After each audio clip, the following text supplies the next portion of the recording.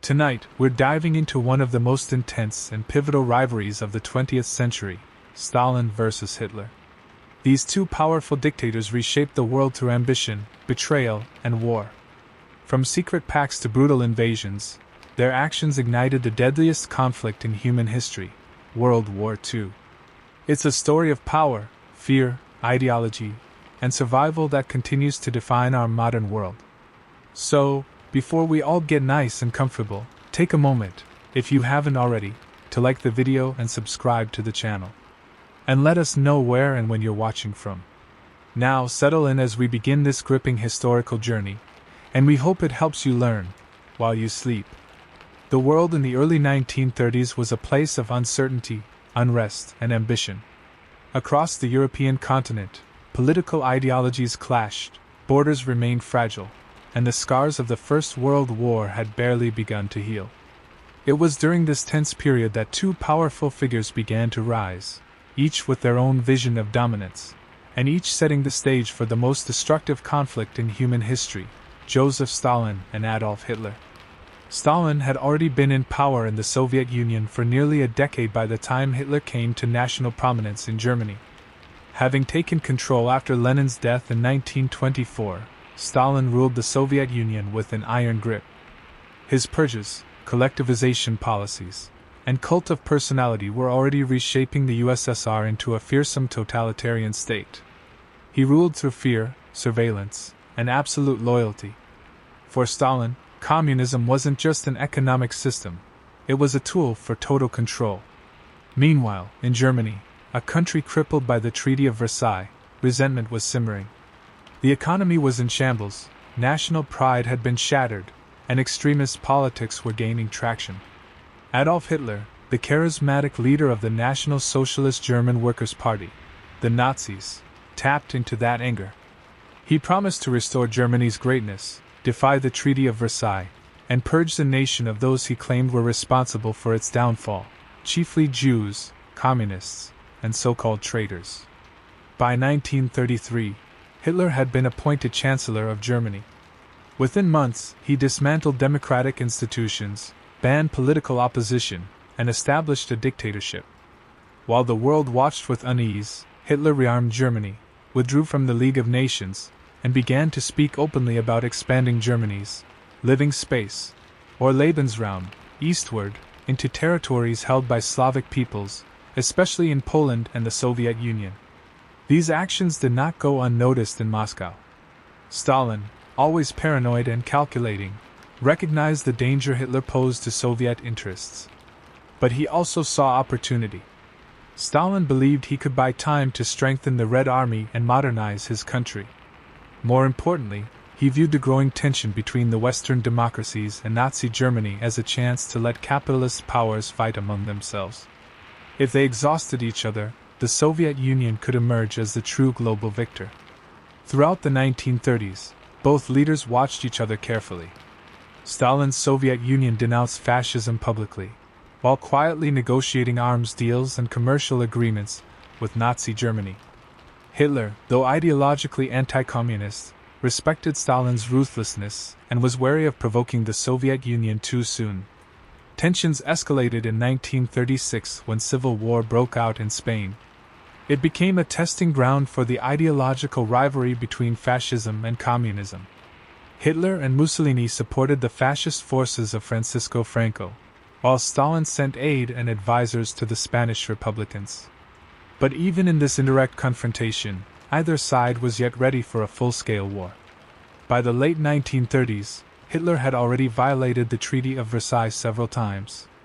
He had remilitarized the Rhineland, annexed Austria in the Anschluss of 1938, and carved up Czechoslovakia after the infamous Munich Agreement.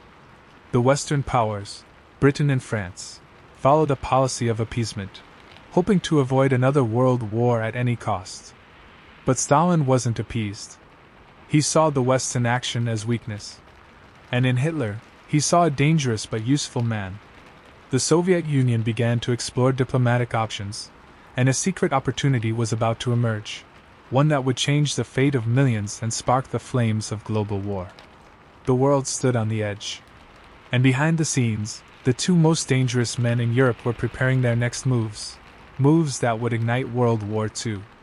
In the summer of 1939, the world teetered on the brink of catastrophe. Hitler's Germany had gobbled up Austria and Czechoslovakia with barely a whisper of resistance from the West. Britain and France, now deeply alarmed, pledged to protect Poland, fearing it might be next on Hitler's list. And they were right. Hitler had his eyes firmly fixed on Poland. But there was one major obstacle standing in his way: the Soviet Union. For Hitler, invading Poland risked opening a war on two fronts, a mistake Germany had made in the First World War. If the Soviets opposed his invasion, German forces could be crushed between the Red Army in the east and the Western powers in the west. Hitler knew he needed a temporary ally to avoid this scenario. Surprisingly, it was Stalin who provided the answer. Despite their ideological hatred, Nazism and communism were bitter enemies. Stalin and Hitler found themselves in alignment, at least strategically. Stalin no longer trusted Britain and France, especially after being excluded from negotiations in Munich the year before. He feared they might secretly hope that Germany and the USSR would bleed each other dry in a future war. So, in one of the most shocking twists of the 20th century, Nazi Germany and the Soviet Union entered into direct negotiations. On August 23, 1939, under the cover of night, German Foreign Minister Joachim von Ribbentrop flew to Moscow. There, in the Kremlin, he met with Soviet Foreign Minister Vyacheslav Molotov and, eventually, with Stalin himself. The meeting was swift, calculated, and historic. The result was the Molotov-Ribbentrop Pact, a non-aggression treaty between the Soviet Union and Nazi Germany. Officially, it stated that the two nations would not attack each other or support any third party in doing so. But the true weight of the agreement lay in its secret protocol, the division of Eastern Europe into spheres of influence. Poland would be split in two. The Soviets would take the eastern half, and Germany would take the west. The Baltic states, Latvia, Estonia, and Lithuania, would fall under Soviet control, along with Finland and parts of Romania. This secret map carved up millions of lives without a single shot fired. Stalin's motivations were clear. He believed this pact would buy him time to rebuild his army after the devastating purges of his own officer corps, and time to fortify his western border. He had no illusions about Hitler's long-term intentions. But for now, Stalin believed he had outmaneuvered both the West and the Nazis. Hitler, on the other hand, was ecstatic. The deal gave him a free hand to invade Poland without fear of Soviet intervention. It also provided much-needed Soviet raw materials, oil, grain, and minerals, that would fuel the Nazi war machine. He believed he had neutralized the only real threat on his eastern flank, at least for the moment. To the outside world, the news came as a thunderbolt. The idea that these two bitter enemies, one a fascist dictator, the other a communist tyrant, could sign a peace agreement stunned both diplomats and citizens alike. But behind the shock was a growing sense of dread. Everyone knew what this meant. Hitler was ready to move. And he moved quickly. On September 1, 1939, just over a week after the pact was signed, German forces stormed into Poland. Blitzkrieg, lightning war, was unleashed for the first time. Armored divisions smashed through Polish defenses, dive bombers rained terror from above, and within days, Polish cities were in flames. The world watched in horror.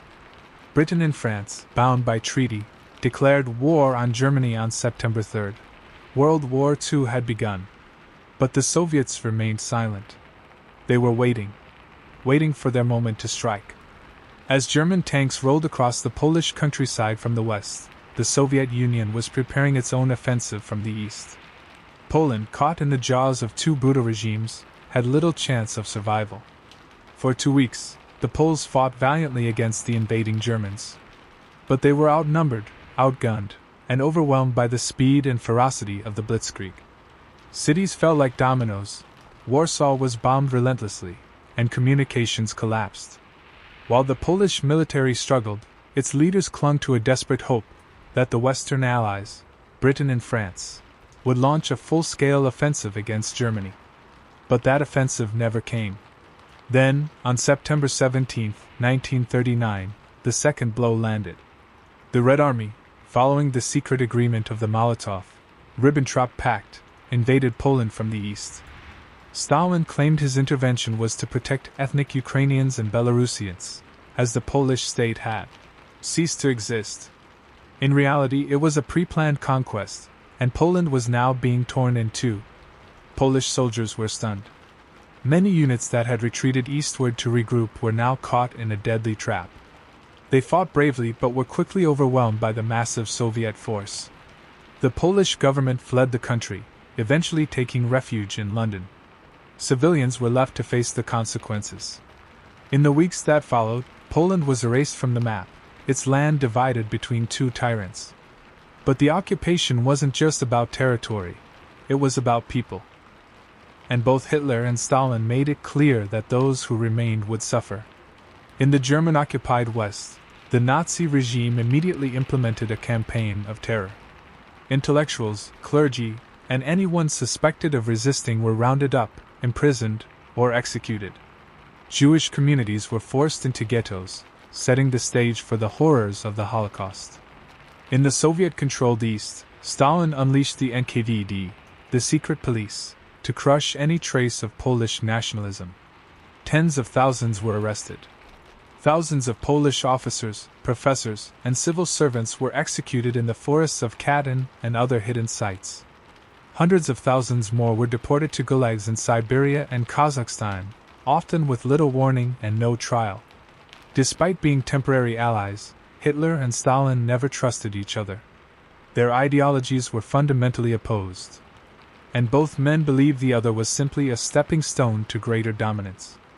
But for now, their partnership was effective and devastating. Meanwhile, in Western Europe, a strange calm fell.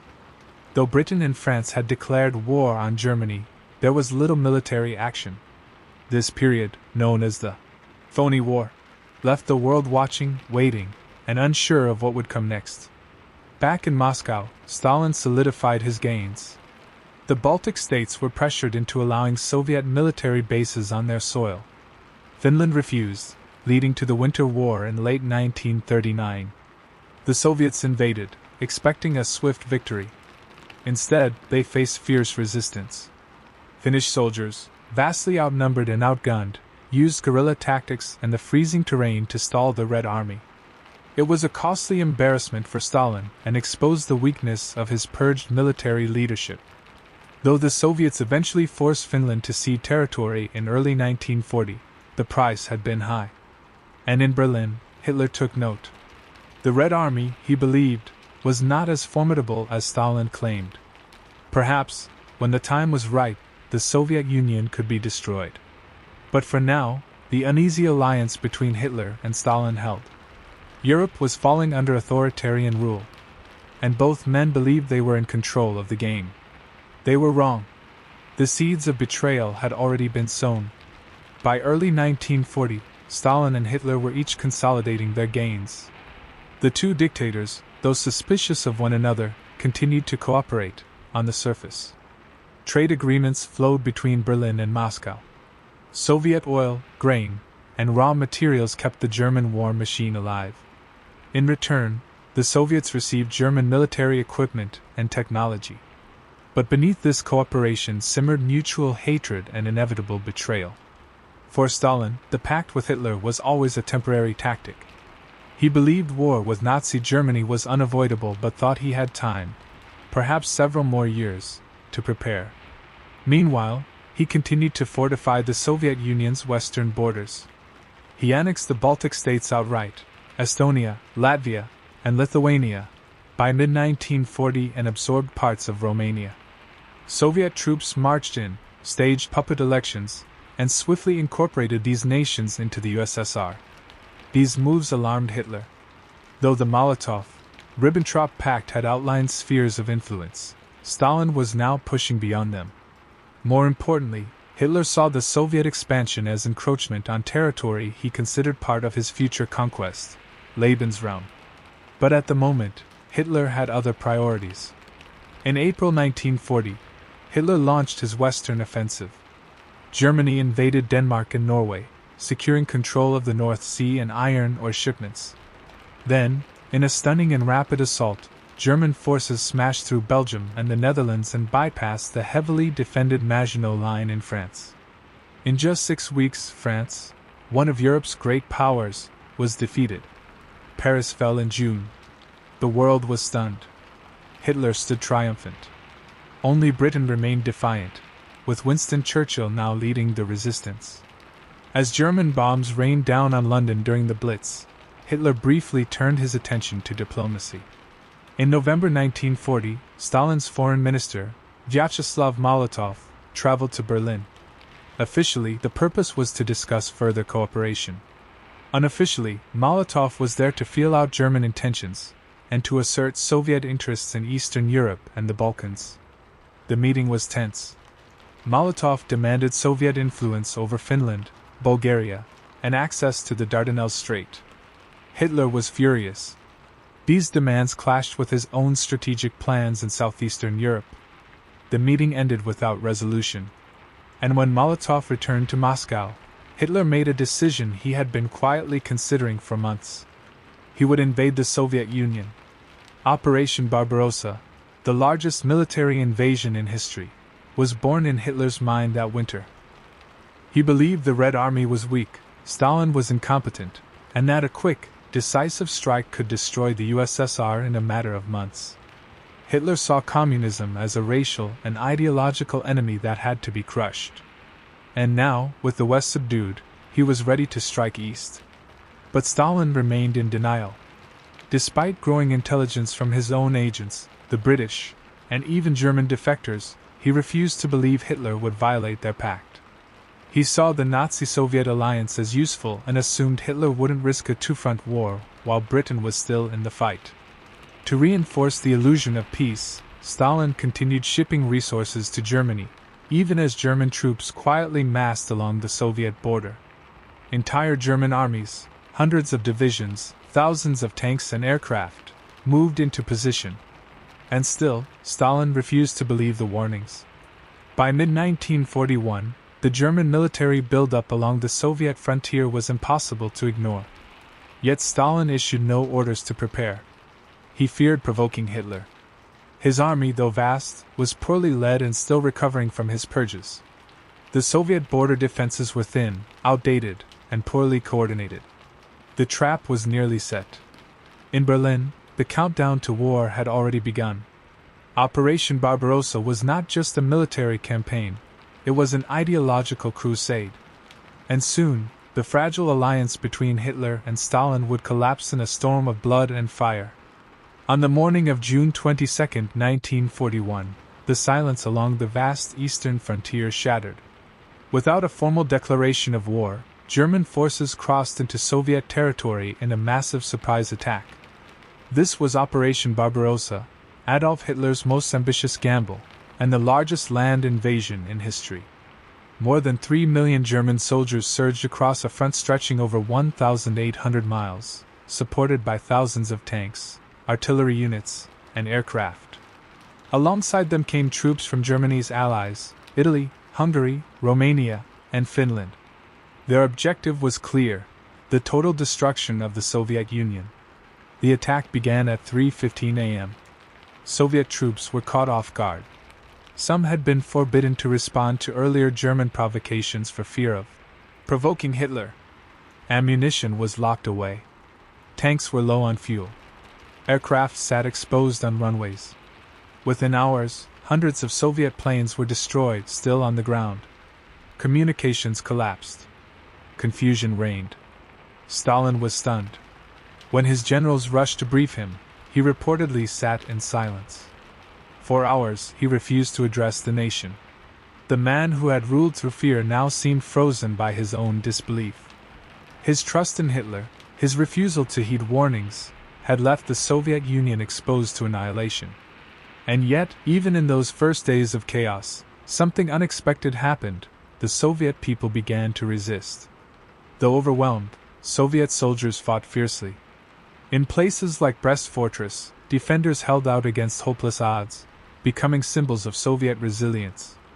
Civilians sabotaged German supply lines, joined partisan units, and refused to yield. And as German columns pushed deeper, they ran into the sheer size of the Soviet Union, a logistical nightmare that no one in the German High Command had adequately prepared for. Still, the early weeks of Operation Barbarossa were devastating. In massive encirclements, entire Soviet armies were cut off and destroyed. Hundreds of thousands were taken prisoner. Cities like Minsk and Smolensk fell. Nazi forces moved rapidly toward Leningrad, Moscow, and the rich oil fields of the south. For Hitler, the war was not merely strategic, it was ideological and racial. His vision for the East was brutal. Slavic peoples were to be enslaved or exterminated, and Jewish communities wiped out entirely. The Einsatzgruppen, mobile killing squads, followed the Wehrmacht, carrying out mass executions of Jews, communists, and intellectuals. Villages were burned. Resistance was crushed with merciless efficiency. But the Soviet Union, vast and wounded, did not die. By July, Stalin had finally taken control. He addressed the nation in a rare and emotional radio speech, calling on citizens to defend the motherland. He ordered a scorched earth policy: destroy everything that could be of use to the enemy. Entire factories were dismantled and moved east, beyond the reach of the German advance. As the summer dragged on, the Germans began to slow. Their supply lines stretched thin. Roads turned to mud in the autumn rains. Soviet reinforcements began to arrive from the interior. And still, Moscow held. In the north, Leningrad was surrounded, beginning a brutal siege that would last 900 days, but the city did not fall. Operation Barbarossa had been designed to end the Soviet Union in a matter of months. It had not. The Red Army, battered but alive, was beginning to dig in. And the German war machine, while still powerful, had underestimated the sheer resilience, size, and sacrifice the Soviets were willing to make. The war between Stalin and Hitler had truly begun. What followed would be a campaign of unimaginable scale and suffering. And neither dictator would come out unchanged. By the fall of 1941, the Germans were deep inside Soviet territory. The Nazi High Command believed victory was just within reach. But what they hadn't anticipated, what Hitler arrogantly ignored, was the Russian winter and the raw, unbreakable will of a nation under siege. In the north, the city of Leningrad was encircled by German and Finnish forces.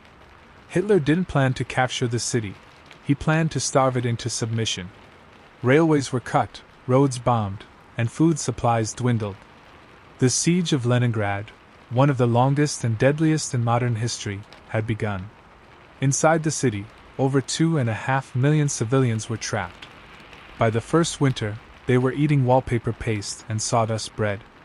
Thousands died every day from cold, starvation, and disease. Bodies lay frozen in the streets. But Leningrad did not surrender. Civilians dug trenches, manned anti-aircraft guns, and kept the factories running. Even under constant bombardment, orchestras performed, and children went to school. The city's spirit became a symbol of Soviet endurance. Meanwhile, in the center, the Germans were pressing toward Moscow, the heart of the Soviet Union. Stalin knew the symbolic and strategic importance of the capital. If Moscow fell, the Soviet Union might collapse. Stalin made a bold decision: he stayed in the city. While some urged him to flee east to safety, he refused, giving orders from his underground bunker beneath the Kremlin. Thousands of Muscovites were conscripted to build anti-tank defenses and dig trenches. Women, teenagers, and the elderly worked day and night, using pickaxes and shovels to fortify the city. Trains carrying reinforcements from Siberia began arriving. Stalin had gambled that Japan would not attack in the east, and he was right. That freed up elite Soviet divisions to defend the capital. Then came the cold. In late November, temperatures dropped rapidly. German tanks froze. Engines wouldn't start. Soldiers, unprepared for sub-zero temperatures, wrapped their feet in newspaper and froze in their sleep. Guns jammed. Fuel thickened like syrup. The same winter that had once stopped Napoleon now punished Hitler's army. At the same time, the Soviet counteroffensive began. Reinforced, better equipped, and backed by new T-34 tanks and fresh troops from the east, the Red Army pushed back. On December 5, 1941, the Soviets launched a massive counterattack around Moscow, catching the Germans off guard. It was a turning point. The Germans, who had never anticipated a long war in the East, were forced to retreat for the first time. The myth of their invincibility was broken. And yet, the cost was enormous. Entire villages were burned, millions were dead or displaced, and much of Western Russia was in ruins. But Stalin had what he needed: time and hope. The Red Army had survived the initial onslaught. The war would continue, but now the Soviets were no longer on the edge of collapse. They had withstood the worst of Hitler's first blow. In Berlin, Hitler was furious. He sacked generals, blamed everyone but himself, and doubled down on his belief that he alone could lead Germany to victory. He refused to allow strategic retreats. His dream of a quick victory was gone, and a brutal war of attrition had begun. For Stalin, the battle was far from over. But the tide was beginning to shift. Hitler had woken a sleeping giant, and now the Soviet war machine was beginning to stir. By early 1942, the war on the Eastern Front had become a grinding, merciless contest of attrition. The rapid strikes of blitzkrieg had given way to bloody trenches, scorched earth, and the clash of two colossal empires. Stalin and Hitler were now locked in a brutal death match, not only for territory, but for the future of Europe. For Hitler, the war had become an ideological crusade. The Slavs were, in his view, racially inferior. The Jews were to be exterminated. And communism, which he saw as a Jewish invention, had to be destroyed. The conquest of the Soviet Union wasn't just about oil and farmland. It was about reshaping the world according to Nazi beliefs. This was a war of annihilation. He issued the infamous Commissar Order, directing German troops to execute captured Soviet political officers on sight. Civilians were treated as expendable. Entire villages were destroyed in retaliatory actions. Resistance was met with mass executions. Millions of Soviet prisoners of war were starved to death in camps. This wasn't war as the world had known it. This was ideological genocide. Stalin, for his part, ruled with his own brand of terror. He believed in victory at any cost. Commanders who retreated without orders were executed. Entire divisions could be sacrificed without hesitation. The Soviet people were pushed to the limit. Factories worked around the clock, often in freezing, bombed-out conditions. Even as food ran low, weapons were produced in staggering numbers. To boost morale and reclaim the image of Russia's heroic past, Stalin began to embrace nationalism. He called on the memory of Alexander Nevsky and Tsarist victories. Churches were reopened, and traditional Russian pride was encouraged alongside communist rhetoric. The fight was no longer just for socialism. It was for Mother Russia.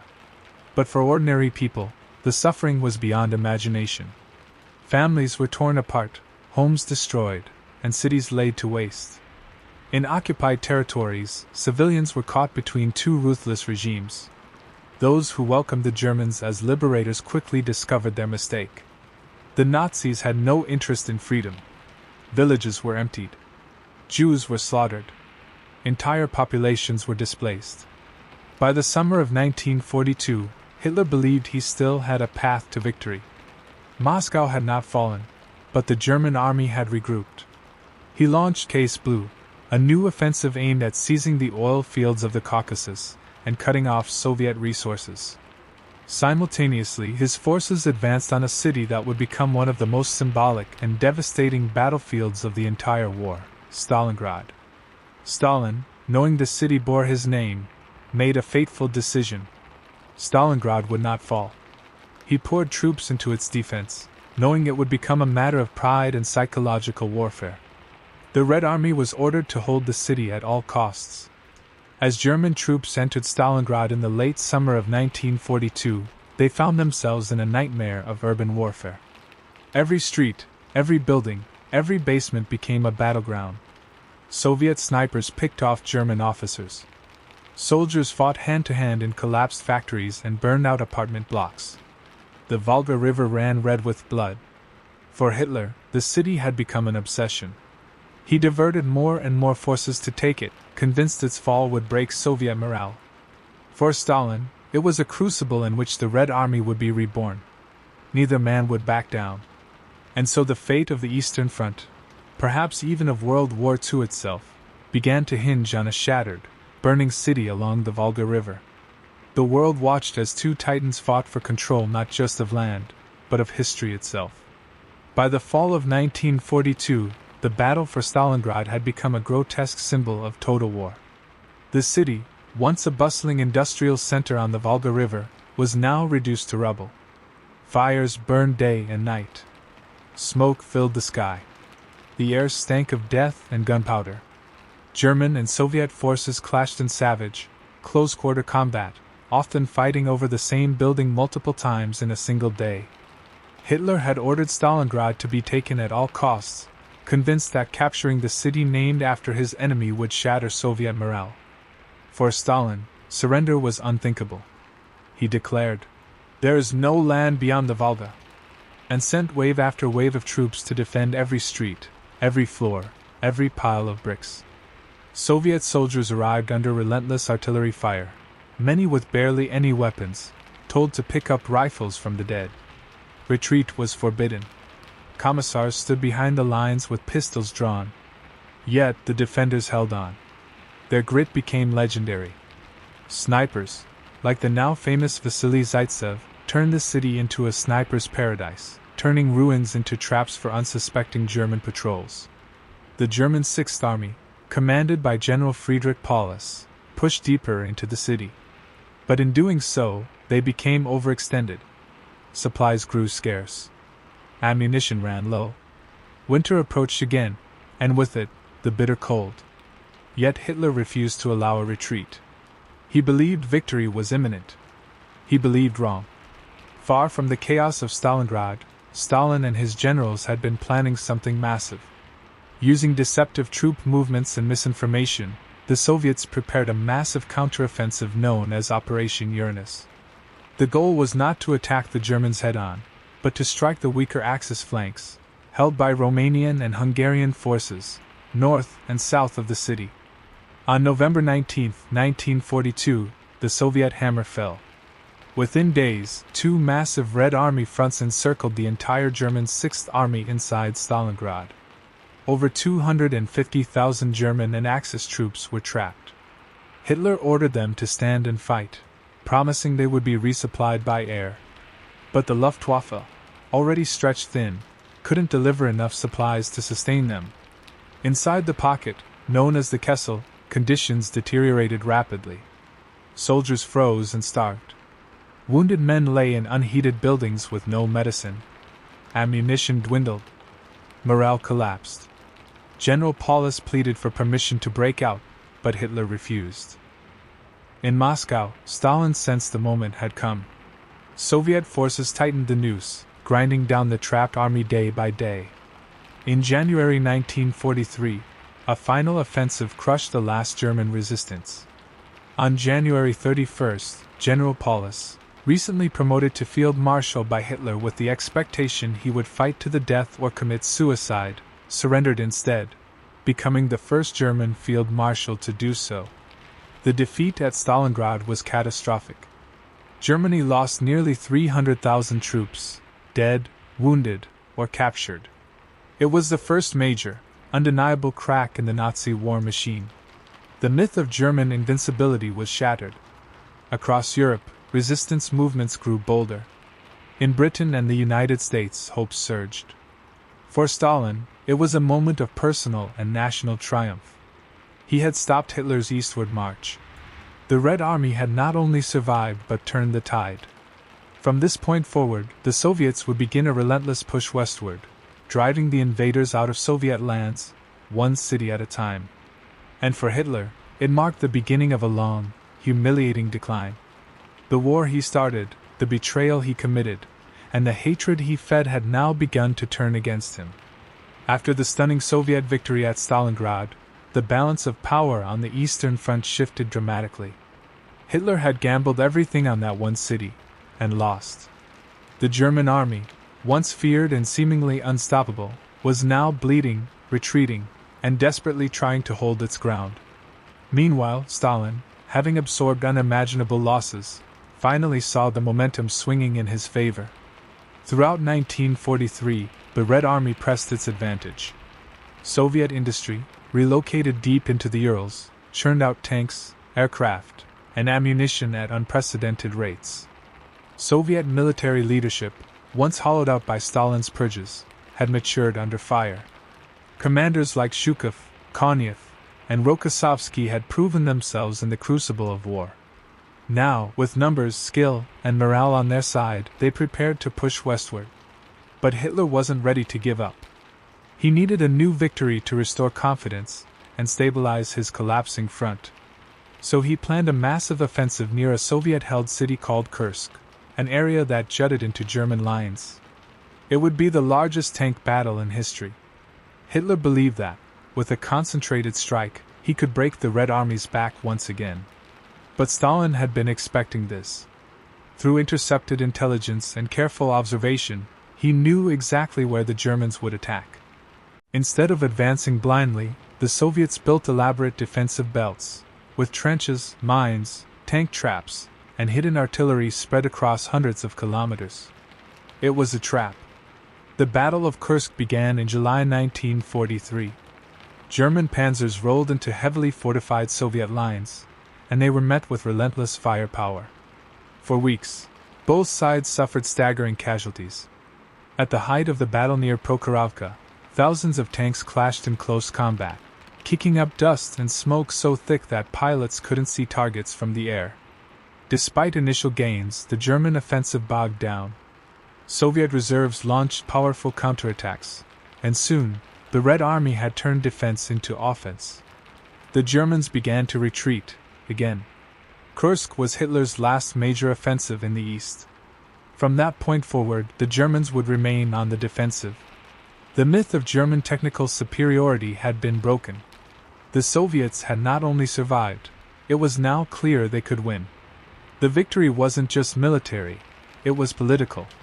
Stalin's prestige soared. For the first time since 1941, he could see beyond mere survival. He began thinking in broader terms: liberation of Eastern Europe, expansion of Soviet influence, and securing Soviet dominance in the post-war world. The narrative of the Great Patriotic War became central to Soviet identity, and Stalin's cult of personality grew even stronger. Meanwhile, in Berlin, Hitler became more isolated and paranoid. He blamed his generals, his allies, and even his own soldiers for the failures. He refused to accept reality. His obsession with the Eastern Front continued to drain German resources, even as the Allies launched new offensives in the West and in Italy.